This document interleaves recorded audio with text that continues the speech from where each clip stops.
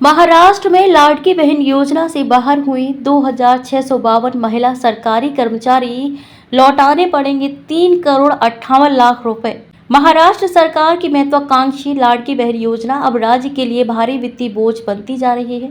इस योजना के अंतर्गत महिलाओं को 1,500 रुपए प्रति माह देने का वादा किया गया था, लेकिन अब सरकार को अपने फैसले पर पुनर्विचार करना पड़ रहा है। सरकार ने 2,652 महिला सरकारी कर्मचारियों को योजना की लाभार्थी सूची से हटा दिया है, क्योंकि वे इस योजना के लिए पात्र नहीं थी। इन कर्मचारियों ने अब तक 3,58 करोड़ रुपए की राशि प्राप्त की है, जिसे अब उनसे वसूल किया जाएगा। ये कदम इसलिए उठाया गया है क्योंकि लाडकी बहन योजना के कारण सरकार पर भारी वित्तीय बोझ पड़ रहा है। आईटी विभाग के अधिकारियों का कहना है कि यह संख्या और भी अधिक हो सकती है, क्योंकि अभी तक करीब 6 लाख कर्मचारियों के रिकॉर्ड की जांच बाकी है। राज्य सरकार के कर्मचारी मुंबई, ठाणे, नासिक, नागपुर और अन्य नगर निगमों के साथ साथ सरकारी शिक्षक भी शामिल हैं। इन सभी के रिकॉर्ड की जांच की जाएगी। इस प्रक्रिया में समय लगेगा, क्योंकि हमने इन सभी निकायों से रोजगार रिकॉर्ड मांगे हैं। योजना की पात्रता और अनदेखी। सरकार ने विधानसभा चुनावों से पहले महिलाओं को रिझाने के लिए ये योजना शुरू की थी। इसके अंतर्गत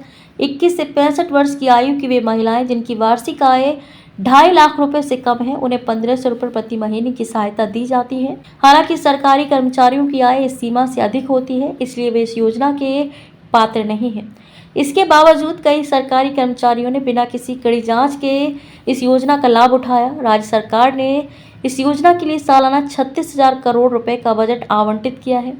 इससे राज्य की वित्तीय स्थिति पर गंभीर असर पड़ा है। अगले साल तक महाराष्ट्र का कुल कर्ज 9.36 लाख करोड़ रुपए तक पहुंचने का अनुमान है। 2024-25 के लिए राज्य का ब्याज भुगतान 54,687 करोड़ रुपए था, जो अगले वर्ष 64,658 करोड़ रुपए तक बढ़ सकता है। यही कारण है कि सरकार अब पात्रता की सख्ती से जांच कर रही है। सरकार ने योजना में पहले ही कुछ बदलाव किए हैं। जो महिलाएं नमो शेतकरी महासम्मान निधि NSMN के अंतर्गत 1,000 रुपए प्रतिमाह पा रही थी, उन्हें अब लाडकी बहन योजना के अंतर्गत सिर्फ 500 रुपए प्रतिमाह ही मिलेगा। NSMN के अंतर्गत कुल 8 लाख महिलाएं आती हैं। वहीं सख्ती से विपक्ष नाराज है।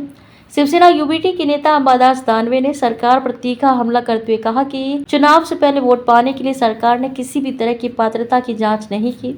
अब जब सरकार बन गई है तो लाभार्थियों की जांच शुरू कर दी गई है। इस पैसे की वसूली उन अधिकारियों से होनी चाहिए जिनका काम जांच करना था।